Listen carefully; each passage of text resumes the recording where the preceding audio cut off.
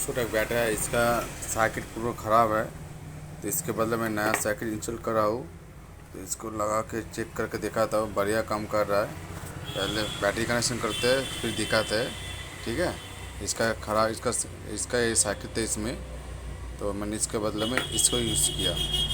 तो चेक करके दिखाते हैं आपको। देखो बैटरी कनेक्शन सोल्डरिंग कर रहे हैं हम, अब चेक करेंगे। देखिए इसको, ये देखिए बढ़िया काम कर रहा है, ठीक है।